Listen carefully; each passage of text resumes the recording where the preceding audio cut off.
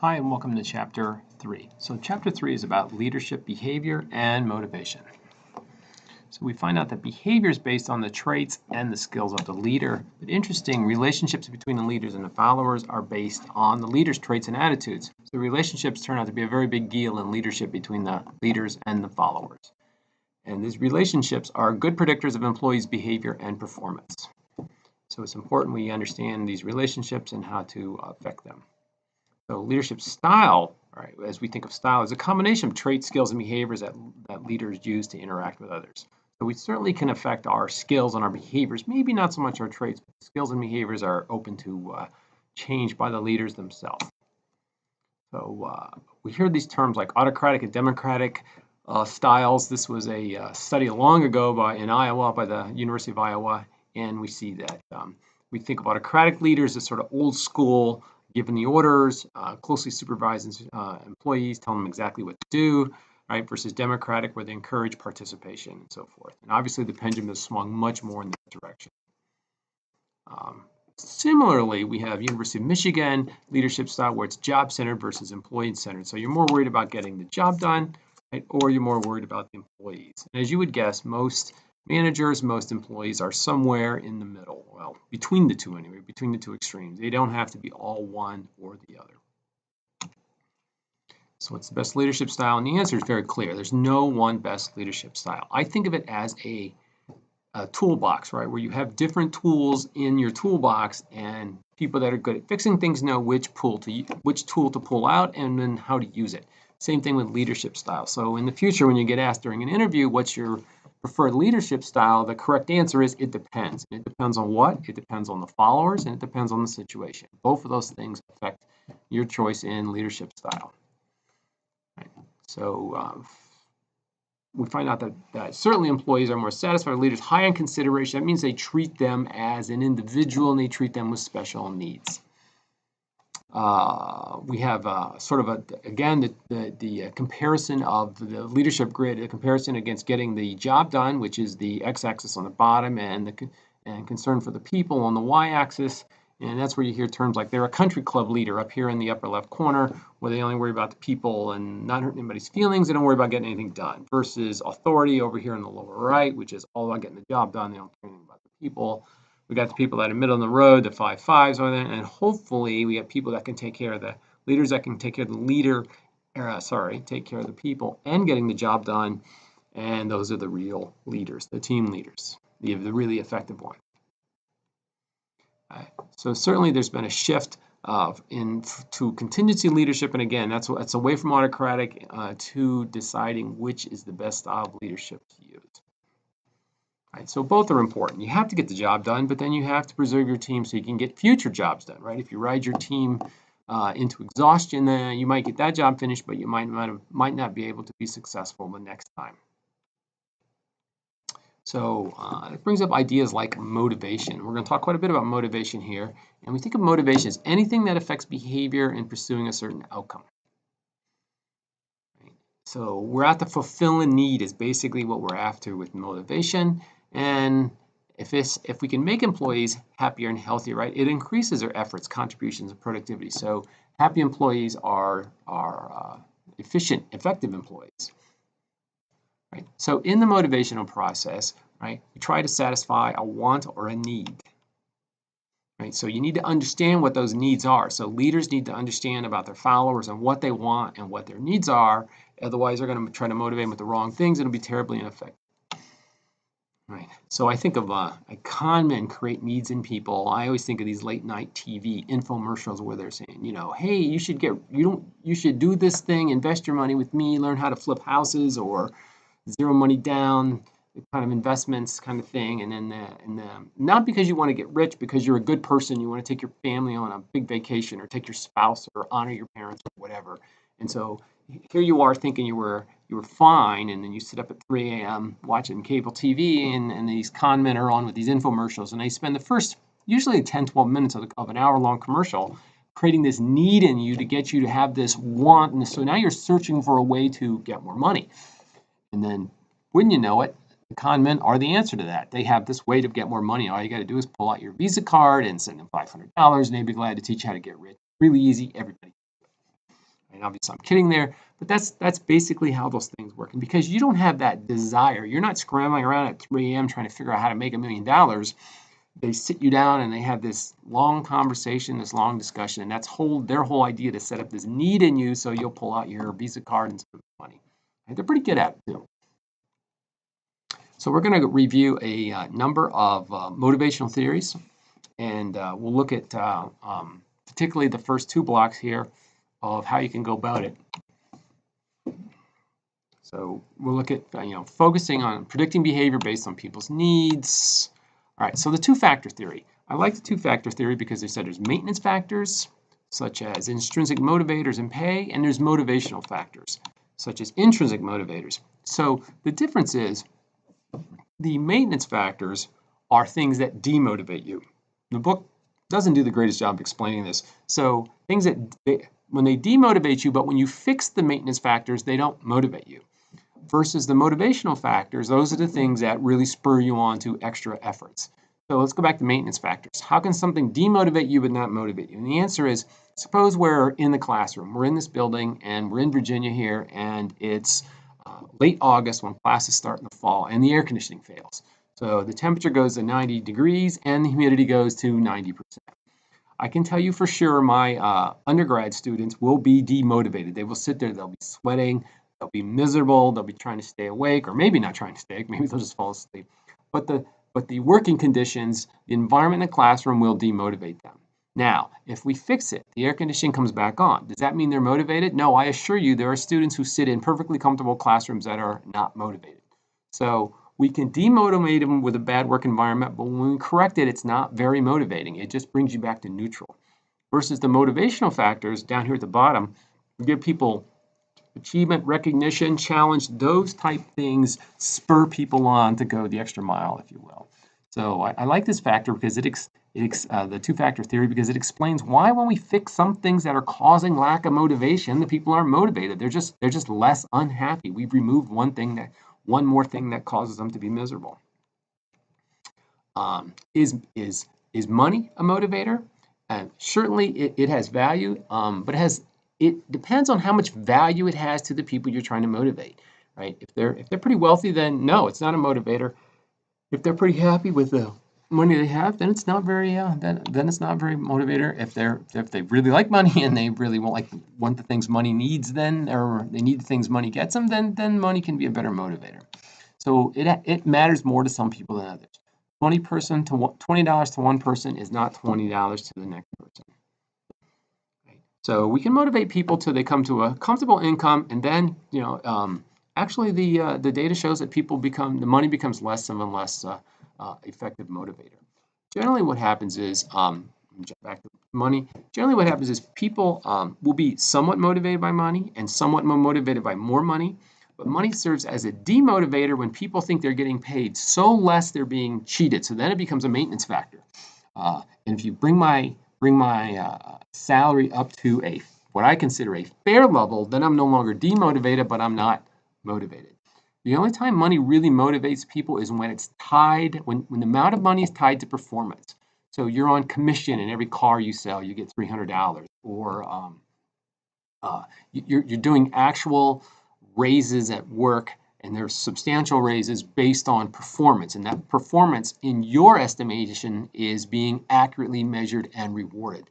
Then money is a motivator. So if money is tied, the amount of money you get is tied directly to performance, then money is a motivator. If everybody's making really high salaries, then it's not a motivator. So if we want to motivate employees with the 2-factor theory, first we got to ensure that pay levels and other maintenance factors are adequate. We got to make sure we're not demotivating them, whether accidentally or on purpose. Whoops. Once employees are not dissatisfied, double negative on purpose there, with their pay, right, they can be motivated through their jobs, like intrinsic motivators. We start doing things like job enrichment. We give them challenging tasks, opportunities to learn, those type of things. So there's an acquired needs theory that says some people have a need for achievement, some people have a need for power, some people have a need for affiliation. They just want to fit in. They want to be one of the group. Versus power, they want to make decisions and influence others. And achievement is they want rewards for what it is they do. And different people fall in different categories.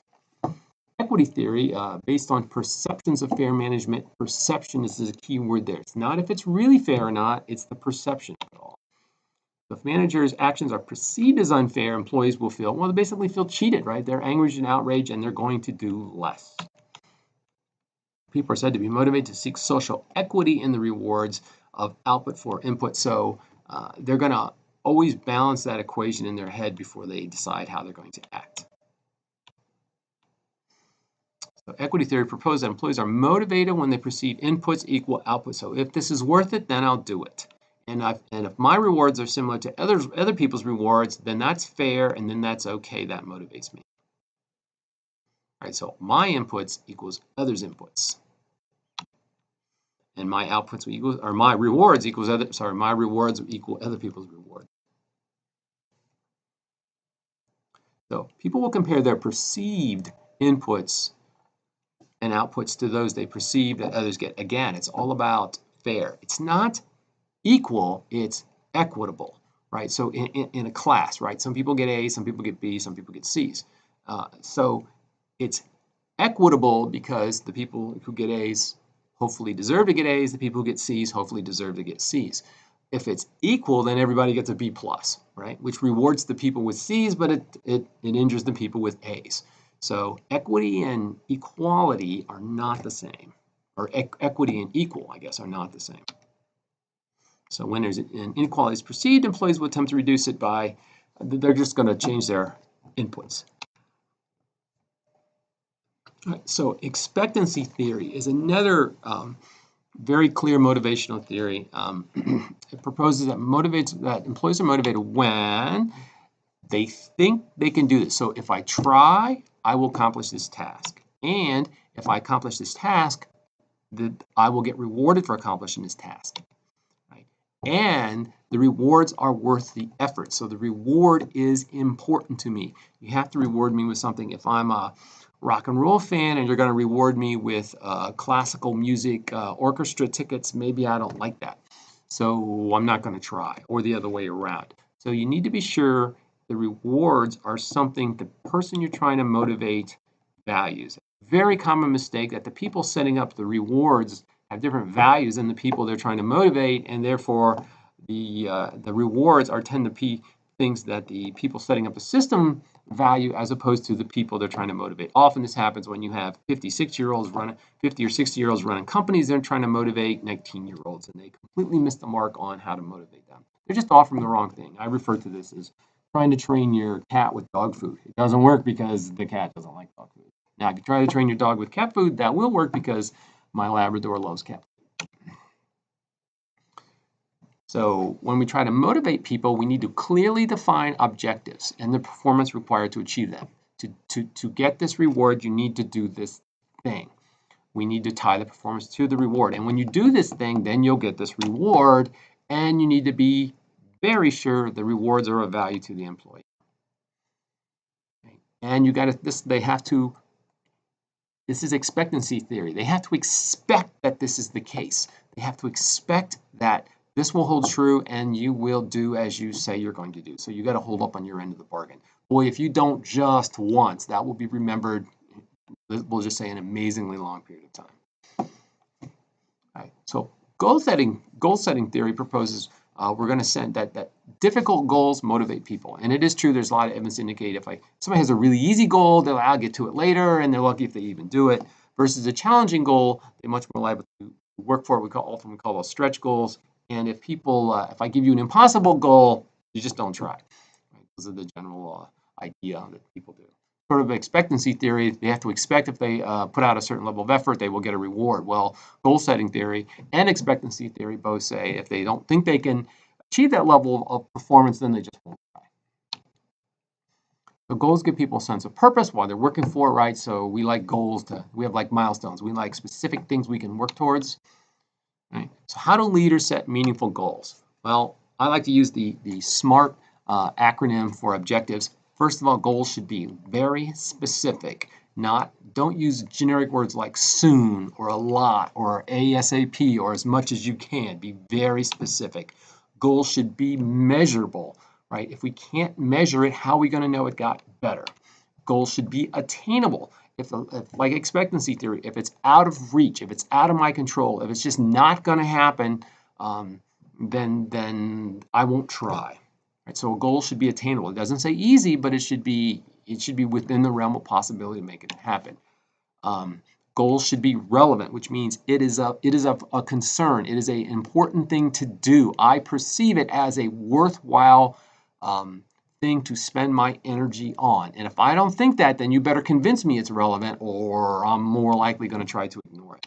And it should be time-based, right? There should be some time in which I have to achieve this goal, this objective, right? So for instance, let's say in my company, I was given the goal to improve customer service or improve customer satisfaction, right? Okay, is that specific? Well, I'm trying to improve the customer satisfaction, but improve doesn't really set a measurable goal for me, right? And how am I going to measure that anyway? Is there a certain amount of time, or is there how are we going to tell if I've achieved it or failed miserably? Okay, well, maybe the goal should be I'm going to improve customer satisfaction based on our standard customer survey from a current score of 60 to 72. Okay, now you have something fairly specific and it's measurable. Is it attainable? Well, if you said you wanted 100% customer satisfaction, not attainable. So I'm planning to fail already. But if you say to increase it from what I say, 60 to 72, maybe that sounds like it might be doable. Okay. Is it relevant? Yeah. I'm in charge of customer satisfaction. I'm a customer service person, so I'm thinking that's a relevant goal. Is it time-based? Oh, I didn't put a time on there. Suppose you tell me you want to increase from 60 to 72, and I say, okay. And then here it comes 3 months later, and you say, are you there yet? And I'll say, no. And I say, well, you're late. No, I'm not. I'm still working on it. I mean, I could work on this thing for 3 years. There's no time domain. But if you tell me I want to increase from 60 to 72% in 6 months, okay, now that's as measured by this survey, now that's a very specific goal, and now I have something to very much work for. So it should be very specific. What it is exactly you're trying to do? How are you going to measure it? Does the person think it's attainable? Do they think it's important? Do they think it's relevant? And what's the time frame this thing is in? All right, so those are all good ways to measure objectives or goals. I kind of intermix those words. So other criteria for good objectives. It should be difficult but achievable, like we said, stretch goals. It helps if you let the people set the goal that are going to be working towards it. If I tell you I want this thing done and I want it done by the end of the week, and you say, oh no, I need 2 weeks, not 1 week to do this, then when you don't deliver it in 1 week, you say, well, Dr. Schindler, I guess you were wrong. As opposed to if I ask you how long it's going to take and could you do this in a week? The boss really wants this in a week. Could you do this in a week? And if you say yes, it's going to be really hard, but I probably could do that in a week. Then you're going to work a lot harder because you made the promise, not me. People don't work very hard to keep other people's promises, but when they make the promise, when they set the date, they set the goals, they work a lot harder and they become a lot more committed to it. So that's all part of the employee buy-in of the objectives.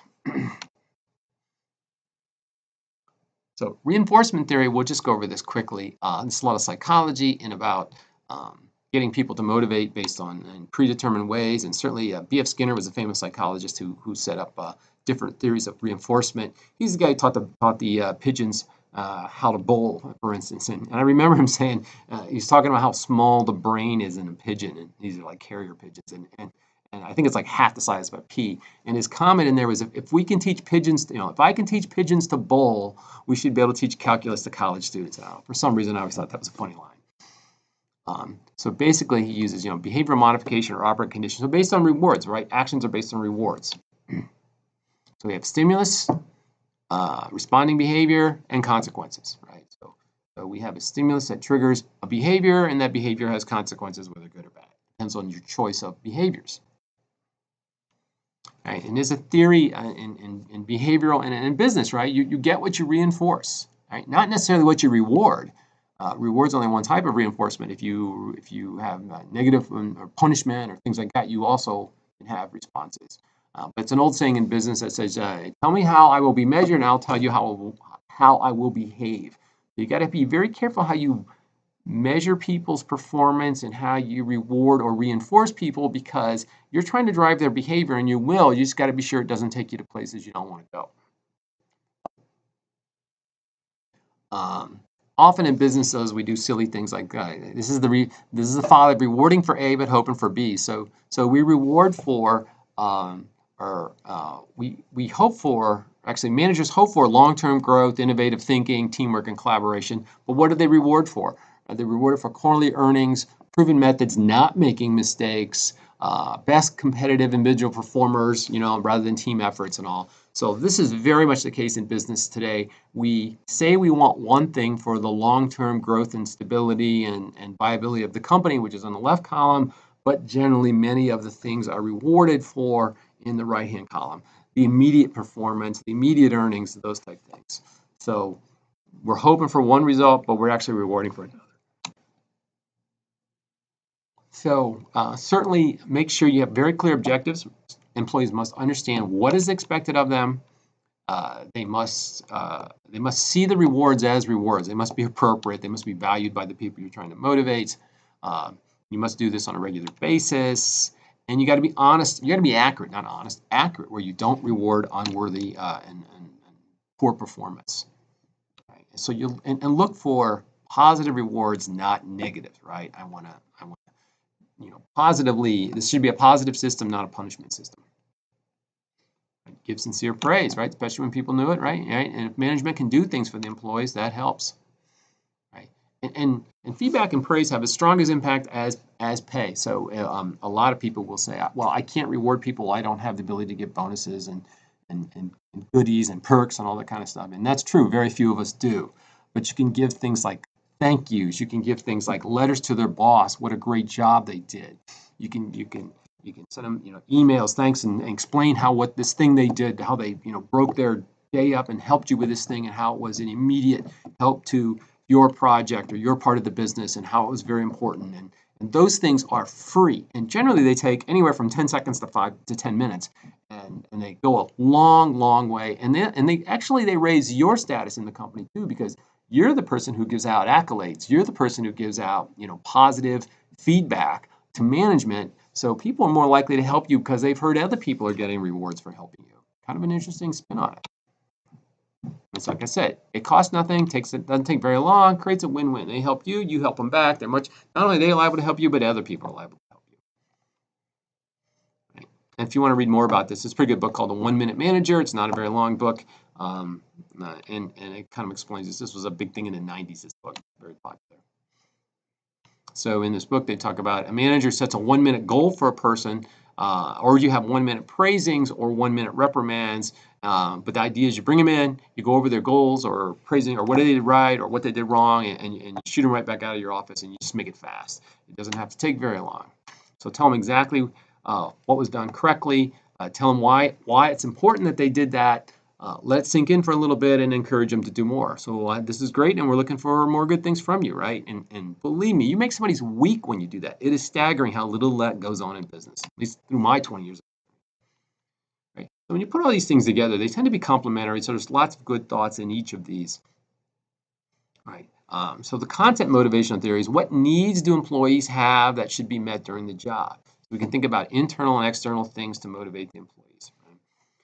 How do employees choose behavior to fulfill their jobs? Or even do the employees have the ability to draw on those behaviors to fill their job, right? And then reinforcement theory, what can managers do? What can we do to reinforce those good behaviors so we get more and more